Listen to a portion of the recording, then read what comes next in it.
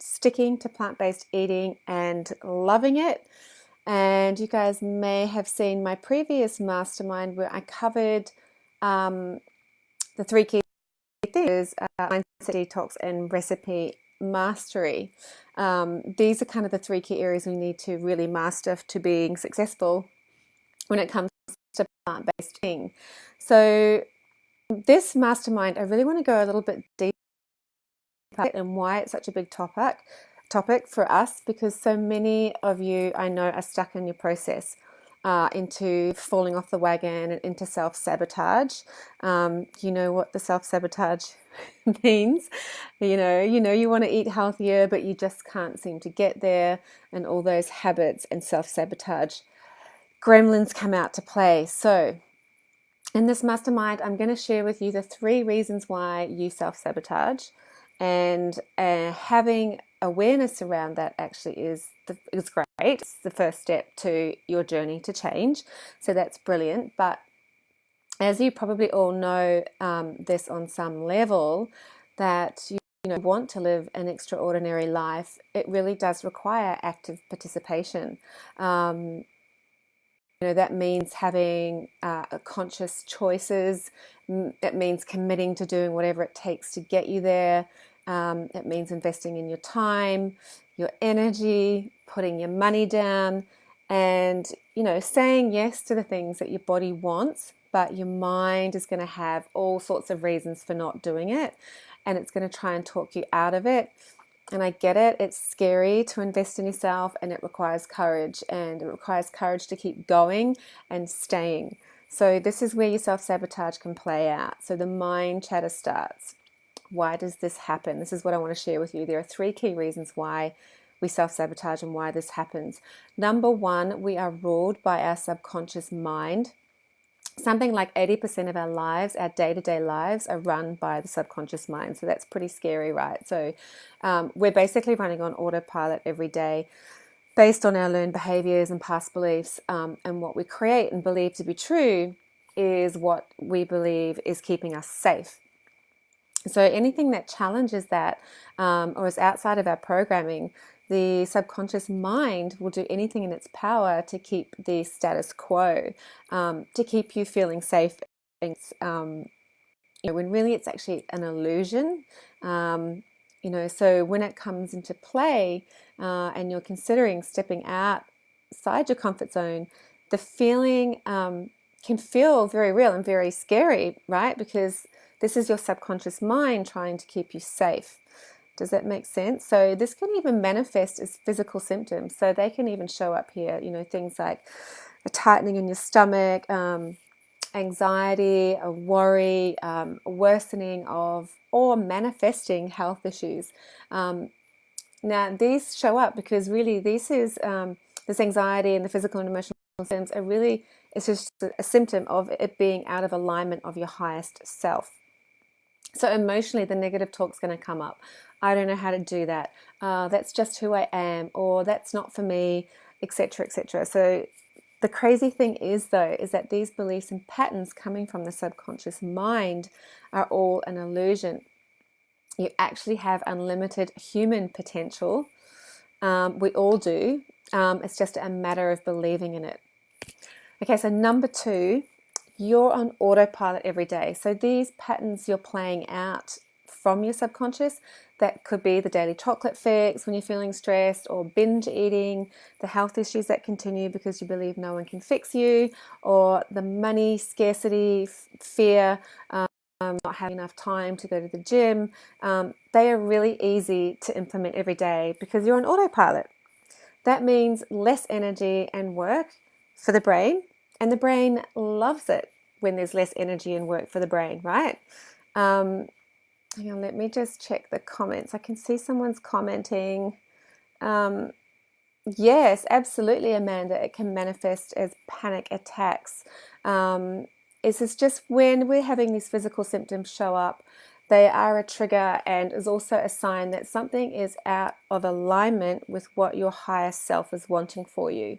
And this is also our limiting beliefs and fears that locked in our very core beliefs, our subconscious mind, about what is safe for us and what isn't. So when there is a trigger that your subconscious mind is recognizing as not being safe, then all sorts of symptoms will start to come up. So yeah, absolutely. The brain absolutely loves keeping us on autopilot as much as possible, because it means less energy for it and less. It's just making it more efficient, right? For it to be more on autopilot. And I'm going to give you a really good example here, and that is, remember how hard it was to learn how to drive a car, right? And now you can do it with your eyes closed. Literally, well, not literally speaking, because that would be disastrous, but you know what I'm saying, right? You turn the car on and you put it into gear, and you reverse out of the garage without even thinking about it, and then you're hurtling down a highway at 80 k's an hour next to other metal objects on wheels, which when you think about it, at any second could be absolutely fatal. But yet you do it with absolute ease and confidence. And that is your brain on autopilot. That's your neural networks on autopilot, because you've laid down the neural pathways and it's now firing at high speed with less effort. So when we have to learn something new, we have to create the new neural pathways in our brain. And connecting these pathways actually takes effort for the brain. And I often refer to this process as brain ache. And I know you guys know the feeling is like when you get that in your brain when you're trying to learn something new, and it's like you're even frowning to try and make it happen, right? So that's actually what's happening. So, why would you go through the brain ache of learning something new, changing where you're at, when it's so easy to stay where you are, right? Because the brain wants you to be in that state. So this makes self-sabotage so easy, because you've laid down those neural pathways and you've done it over and over and over again many, many times before. With the subconscious mind to thank for that, and a lot of other things. So I digress. Number 3 is you don't have a plan. So a plan, this leads to procrastination and avoidance. So you may have never really been taught or have learnt skills to break tasks up into doing smaller, achievable, successful pieces. Creating a schedule or a goal or a plan on how to get you there can seem really overwhelming for some people and really too hard. So remember, new neural pathway equals brain ache. So that's when the procrastination starts. You're putting off the task until Monday. The diet starts tomorrow. You end up staying up late, so you're too tired the next day to do it. You go out with your friends instead of watching TV, or you're tackling the task or change later. So these are all avoidance problems, and self-sabotage really is in full swing again. So you may even start to tell your stories about how boring it is to have a plan, and how you'll never be successful at anything, and it's you've never done a plan before, you've never stuck to a schedule. So let me refer you back to point 1, and subconscious mind is playing up again as well. So, when you think about it though, what's life going to look like long term if you put it off? If you keep self-sabotaging. So we're essentially creating suffering for ourselves every single day. And when you think about these 3 key points, we are actually conditioned to be in this suffering. In fact, according to Dr. Joe Dispenza, who I'm a massive fan of, he has studies to prove that we've literally become addicted to the chemicals in our body that we produce when we start our negative self-talk and self-sabotage. So this can sort of mean that we unconsciously recreate the scenario for the body to get a release of the chemicals it's come to know and love. So even if it isn't serving you. So it's incredibly powerful, the body, and in terms of like driving you to get what it needs. So, when you think about it though, wouldn't it be great if we could actually just shift our mindset so that every day we have our autopilot set to believe, achieve, succeed? So how can we actually get out of our subconscious mind and over our limiting beliefs?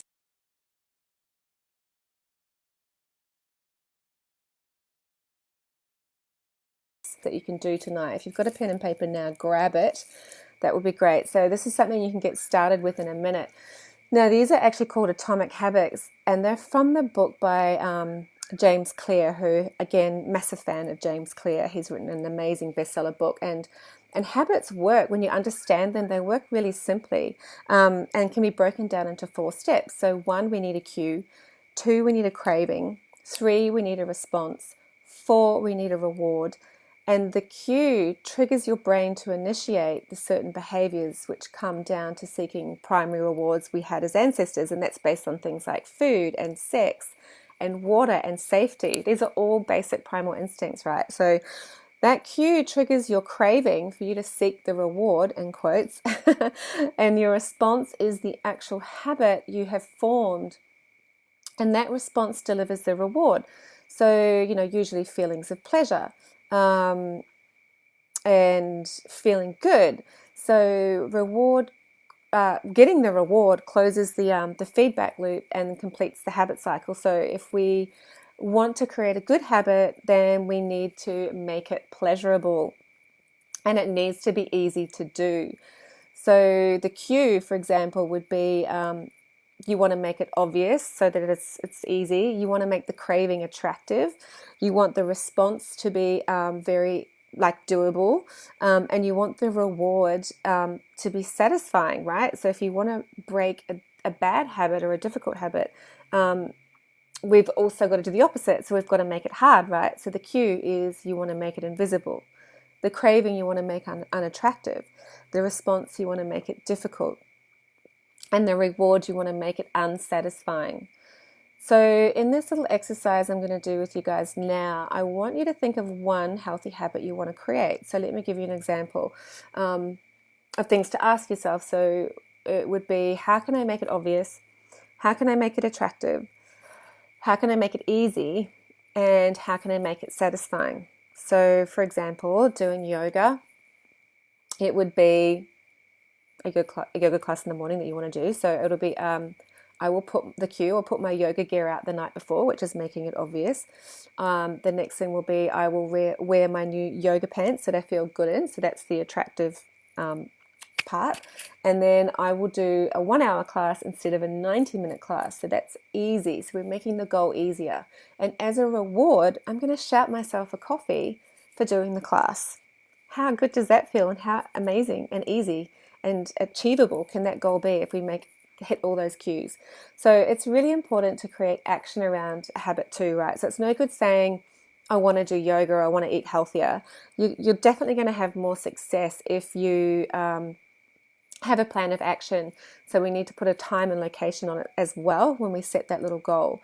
So for example, it would be with the yoga example, I'm going to go do yoga at 7:15 a.m. for 1 hour in the morning on Wednesday at Johnny's yoga studio downtown, or something like that. So you're putting in intention and time and location behind that goal as well.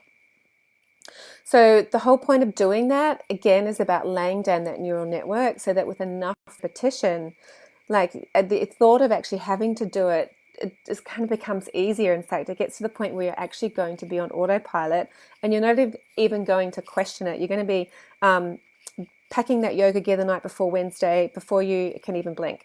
So really the ultimate purpose of habits is to solve the problems of life with as little energy and effort as possible, being on autopilot, which is how our bodies like to run, right?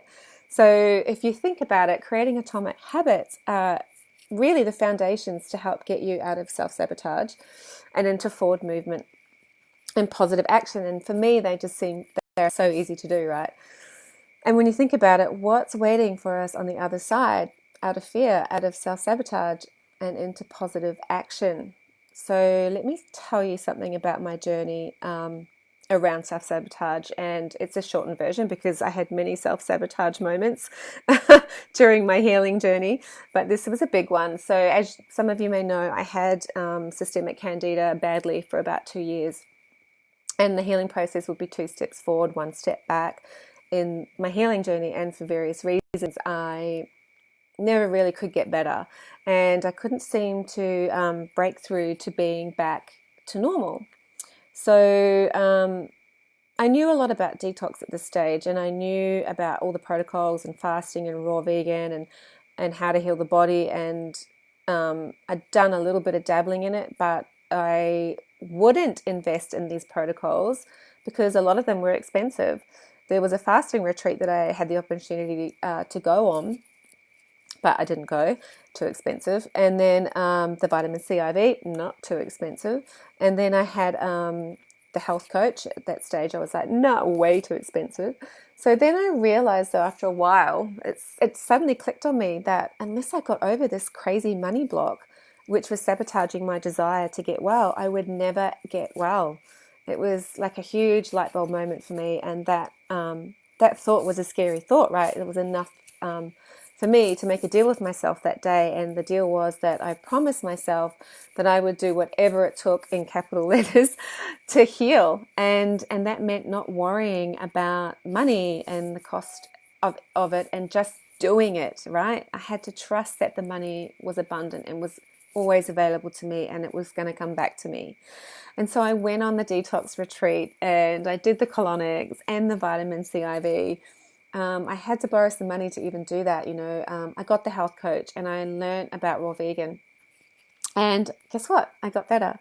In fact, better than ever. I realized that every time I invested in myself this way, my healing came along in leaps and bounds. I started to feel happier. I slept through the night. I lost 4 kilos without even trying. It was amazing.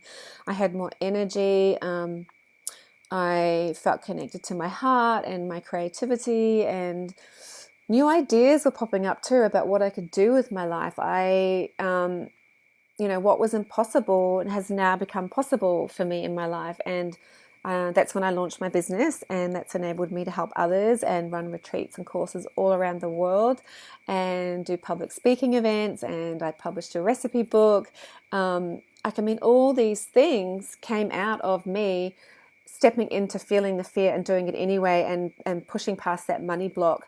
8 years, I never would have thought this was possible. And I could really see how those limiting beliefs were holding me back so much in life. They really had stopped me from being my fullest and highest and best self in life. And it was crazy because when I think back about it, it was basically a belief that I had believed to be true, but was actually an illusion. So, and the beautiful thing is that, the money kept flowing. I didn't end up broke and bankrupt and sleeping on the streets. And limiting beliefs, man, they're crazy. We believe them to be so true, but they're actually all an illusion. So, for me, one of the best investments I made was working with the health coach. She helped me feel really empowered. She made the process seem fun and easy, and I felt so seen and supported during that journey. So the healing was way more linear.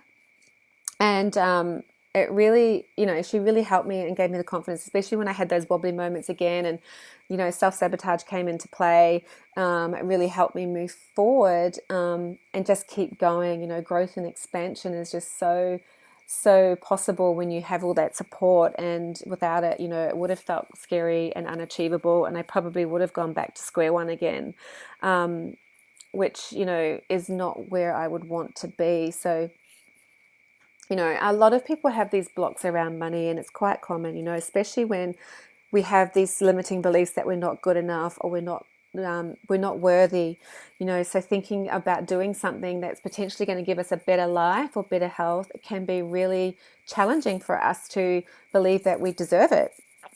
But every time you invest in yourself in this way, honestly, little miracles will rain down on your life, trust me. So for things like, people would like reach out to me afterwards as well and want to know, how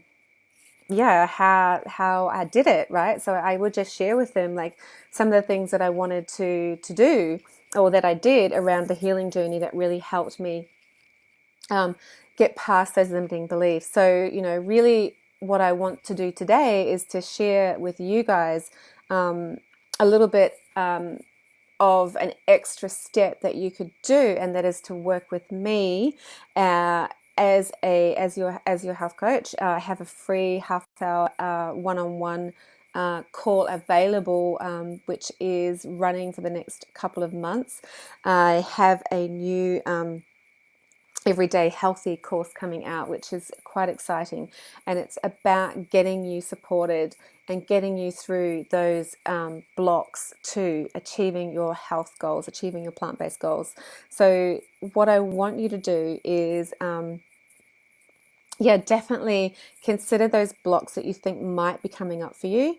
If they are if you feel like they're like really holding you back on your healing journey, then a call with me is going to help you, because together we can start to work out how we can overcome them and whether the course could be good for you. And it really is the perfect sort of segue into getting into your healing journey and succeeding at it, without coming up against those blocks continuously. And it may not necessarily be so much about mindset, like as I covered in the 3 key things in the first mastermind. It can be around detox and recipe mastery as well. But what I do find with people, that even when we have the 3 there that we want to work on, there is sometimes blocks that are coming up in those areas as well.